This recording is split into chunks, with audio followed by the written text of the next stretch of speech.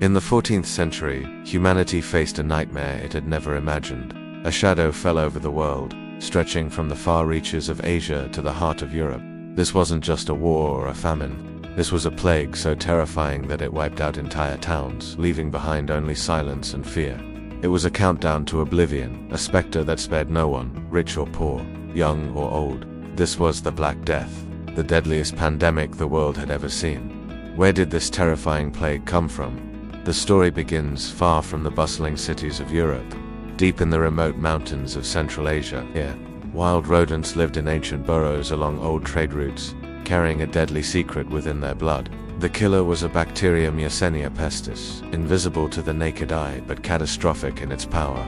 The bacterium hid inside these rodents, and tiny fleas became its unwitting carriers, its microscopic chariots of death. As unsuspecting traders and their caravans loaded with silk and spices moved along the legendary Silk Road, the disease quietly traveled with them. Hidden in sacks of grain and bundles of cloth, rats carrying the infected fleas began an invisible invasion, spreading a pestilence that would soon bring civilization to its knees. In October of 1347, 12 merchant ships arrived at the Sicilian port of Messina, but what they brought was not treasure.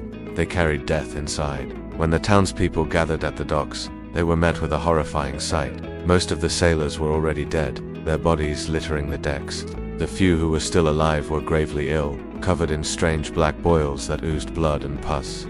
The authorities ordered the death ships out of the harbor, but it was too late. The plague had already found a foothold. From this single point of entry, it exploded across the continent with terrifying speed. Within months, the plague spread from Italy to France, Spain, England, and Germany. By 1351, it had engulfed almost all of Europe, leaving a trail of devastation unlike anything seen before. The symptoms were swift and brutal.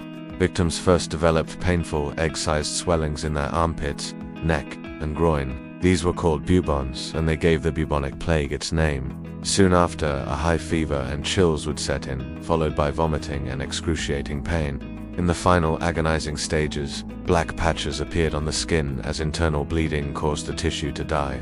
This is what gave the plague its most infamous name, the Black Death. But there was another, even deadlier form. The pneumonic plague infected the lungs and could spread directly from person to person through coughing. It was so lethal that it could kill a healthy person within 24 hours, making escape almost impossible. Europe plunged into chaos. Social order collapsed. Entire streets were filled with the dead, as families abandoned their sick loved ones out of sheer terror. Carts roamed the cities to collect the bodies, but there were too many to bury. Graveyards overflowed, and authorities resorted to digging massive pits where hundreds of bodies were dumped together, one on top of the other. The very fabric of society unraveled.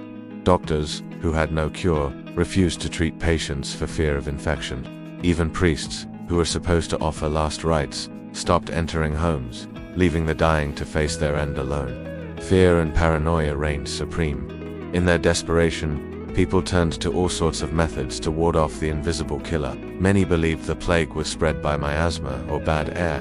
They burned aromatic herbs, incense, and leather, hoping the strong smells would purify the air and protect them. It was during this time that the iconic figure of the plague doctor emerged. Clad in long dark coats and wearing strange bird-shaped masks, they roamed the infected streets. The beaks of their masks were filled with spices and herbs, a primitive and ineffective attempt at a gas mask. Others turned to extreme religious acts. Groups of flagellants marched from town to town, publicly whipping themselves and each other. They believed that by punishing themselves, they could appease a wrathful god and persuade him to stop the plague, but their actions only helped spread the disease further. When the worst was finally over, the world was a different place. In the countryside, entire fields were abandoned. So many farmers and laborers had died that there was no one left to work the land. This massive labor shortage, however, had an unexpected consequence that forever changed the economy. For the first time, surviving workers found themselves in a position of power. They could demand higher wages and better conditions, shaking the very foundations of the old feudal system. The plague was also a turning point for medicine.